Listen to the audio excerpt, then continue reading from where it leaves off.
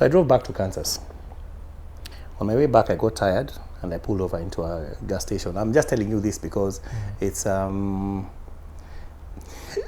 detailed story, but this is where I encourage people, buy my book. The story is there.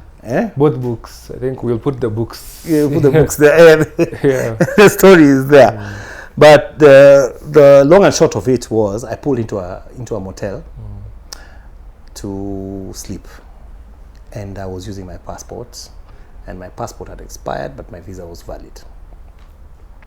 Yeah, and it was post 9/11. So the guy looked at the passport. He gave me a room, and he saw the expiry of the passport. And I believe he called. I couldn't find my driver's license for some reason. I don't know why. But he called the cops and said, "There's a guy here with an expired passport." Okay, I don't know what he told them, but I hadn't committed a crime per se. But I do remember that when I went to bed, I was so exhausted because of all the driving and stuff, and I didn't hear a thing. And I was woken up at 5 something in the morning by the sound of the door being broken of the hotel room, and these cops running in, and the flashlights in my face, and I'm being yanked to the, on my bed, and I'm being slapped with handcuffs, and I'm being taken to the police station, and I don't understand why. Only to find out that there was a guy at the reception who had called me suspicious. So they really didn't have anything they could charge me with. They looked at my stuff, went through everything, and there was nothing. And I thank God that I didn't hear them, because apparently they had spoken to me on some speakerphone, and I hadn't heard. Maybe if they had found me seated up on the bed, they would have shot me thinking, I had guns or something, but they found me asleep. And I had shorts and a t-shirt. So then the immigration department was called. When they could not see anything, they called the immigration. The immigration came over, they looked at me, they said, "Oh, this guy, he's not been in school for a long time, he's been in violation of his visa." And off we went to Minneapolis, to the very big, immigration detention center. And there I was detained for 6 weeks in solitary confinement. 6 weeks? Yeah. How was that experience? It was crazy. Solitary means no one to talk to? No one. 23 hours a day in, 1 hour out. Okay, what was going through your mind there? Everything crazy. I read the Gideon's Bible from end to end.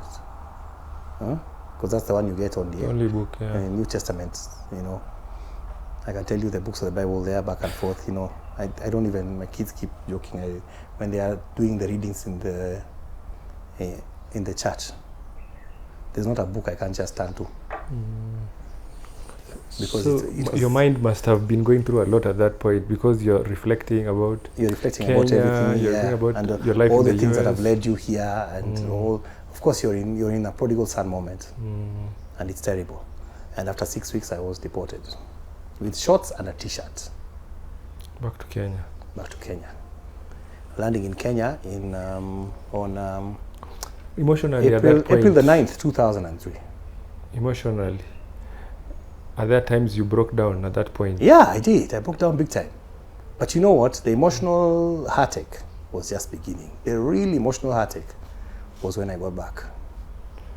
Were you when you were there? Were you hopeful, or were you? When did it hit you that now I'm going? I'm going back. They're taking me back. No, they told me. When they told me whether I wanted to fight the case, I had seen guys there in the detention center. Some guys had been fighting the immigration cases for 15 years. And you're detained. I mean, what's the point? I didn't want to end up like that. Because already also you know the crime you've done. And to be honest, in hindsight now, when I look back, I didn't have enough legal know-how at my fingertips. It seems to me, in hindsight, that case was not a very difficult case.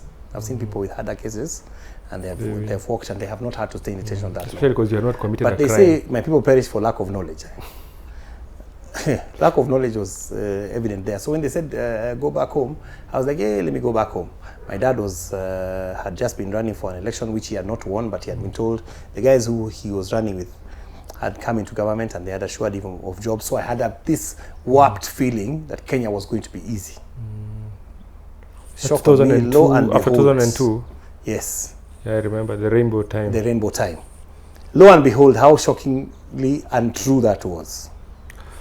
So you come back to Kenya. Hey, so you come back to Kenya? I come back to Kenya, Your parents receive you? My parents received me at the airport. That phone call who called them? Your sister called them? I called my sister. Oh, okay. I was given one call. I called my sister. I told her I'm going back. And they didn't allow me to carry anything. So I'm in shorts, sandals, a t-shirt. And the money you had there? And a kabuti. It disappeared. They seized everything. Because they said technically it's illegal money because you are not supposed to be working in the first place. True. Yeah, so they put me on a KLM flight from Minneapolis to Amsterdam, Nairobi. They just escorted me to the flight and sent me in the bus. And I landed. And the day I landed, my parents were there at the airport to pick me up, but there was no one. It was quite something. You're walking out of the airport, people are putting luggages left, right, and center, blah, blah, blah, and you just come. In short, this is you. Let me ask, was it a connect flight? Yeah, it connected. The story I heard about connect flights and when they're deporting you, do they have people to receive you? If you have done like a very serious, post a crime, and they've jailed you first. But me, I was unescorted.